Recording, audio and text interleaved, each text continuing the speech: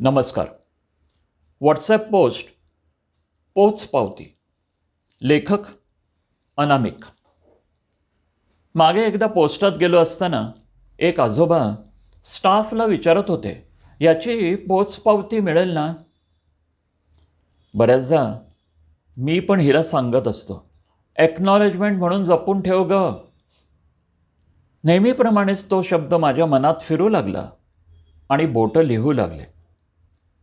पोचपावती ही आपल्या व्यवहारात जितकी महत्त्वाची तितकीच आयुष्यातही का असू नये. ही पोचपावती म्हणजे प्रत्येक वेळी कौतुक असा अर्थ नसावा. कधीतरी एखाद्या गोष्टीची घेतलेली दखल किंवा म्हणतात ना ॲप्रिसिएशन असू शकतं.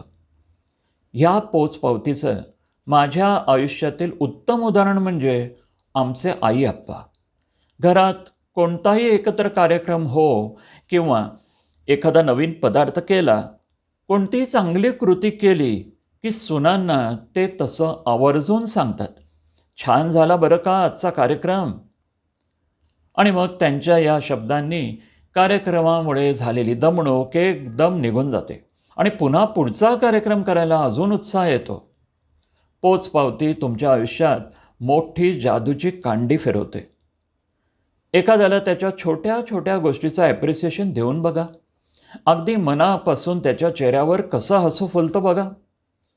आमची घरकामवाली गजरे फुलं घालून यायची फार आवड. कधी त्या मोठा गजरा घालून आल्या की हिच्या तोंडून उत्स्फूर्तपणे यायचं, प्रमिला काय मस्त दिसतेस ग, चला एक फोटो काढते तुझा. यानं सुद्धा खुश होतात.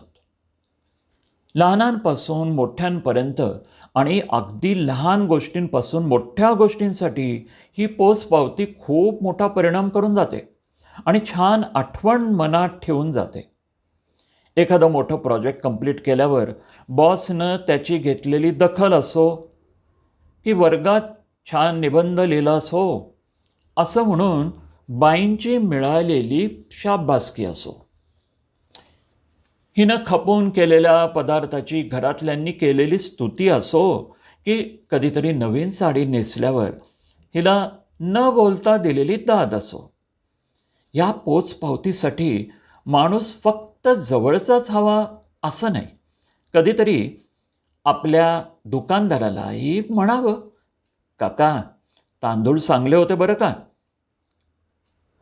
सामान्य माणसांपासून अगदी कलाकारांपर्यंत या पोचपावतीची गरज असतेच. ही दखल घ्यायला आणि द्यायलाही वयाचं बंधन नसावं कधीच. काही काही नाती ही पोचपावती पलीकडची असतात, पण तरीही अधूनमधून याचा शिडकावा नात्यात नक्की आनंद देऊन जातो.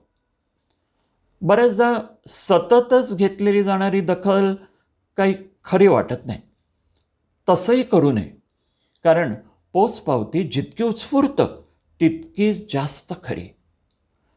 पोचपावती फक्त शब्दातूनच नाही तर डोळ्यातूनही, कधी कृतीतून, स्पर्शातूनही व्यक्त व्हावी.